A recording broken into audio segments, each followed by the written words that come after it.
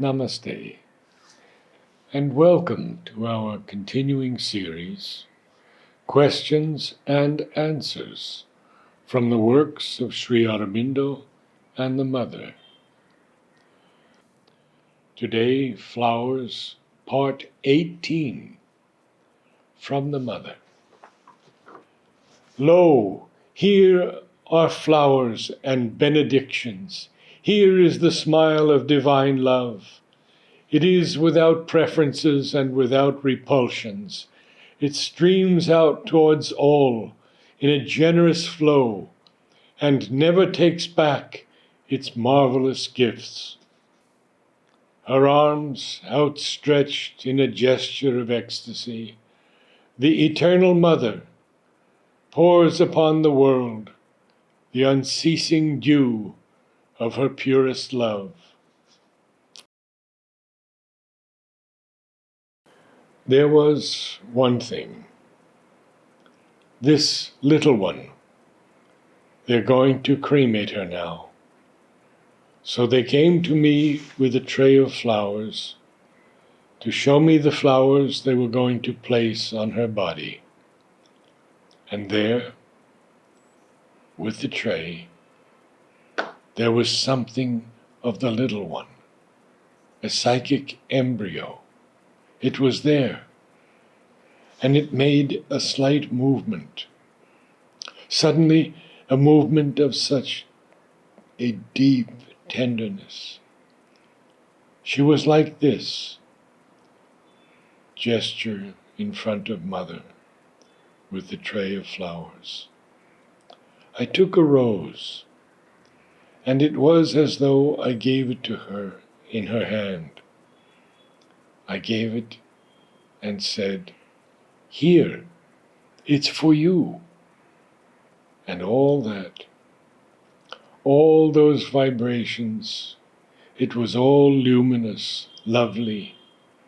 And she, the conscious part in her, was so perfectly happy. How can you tell that to the parents? They would say, "You're crazy." But that's the fact, the plain fact.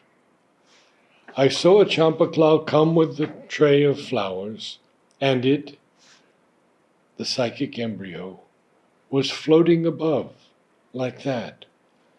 So when I saw her, I took a rose, and there was something so lovely, so luminous, like that.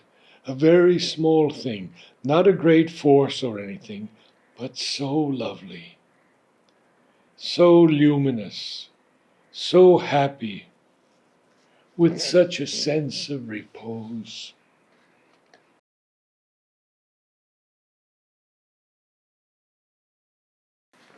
And how many times it must happen like that.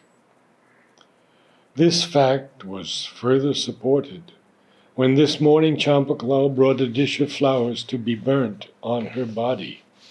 I saw a pretty little flame in the center of the dish. Generally, I do not give any flowers on the dish. I send it as it is. But today I was specially interested. I took a rose and put it on the flame of the dish.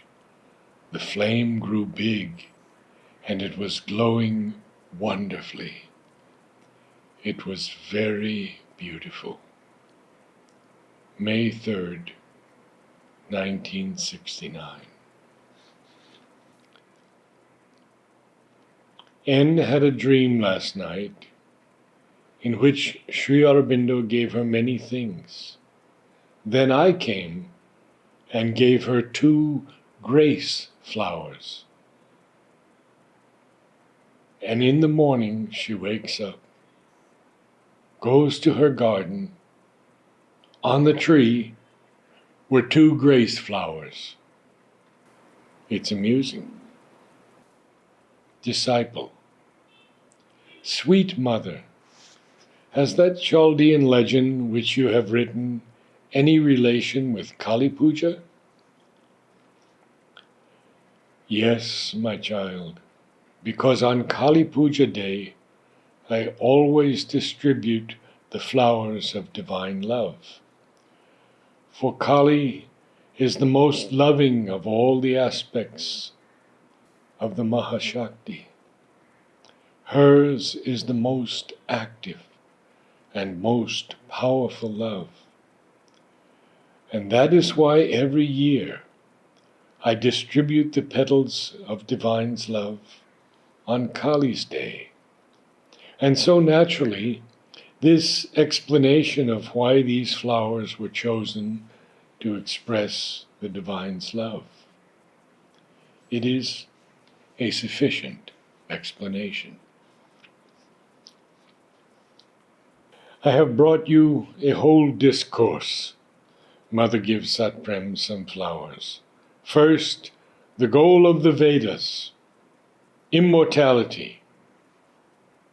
That was their goal, the truth that led to immortality.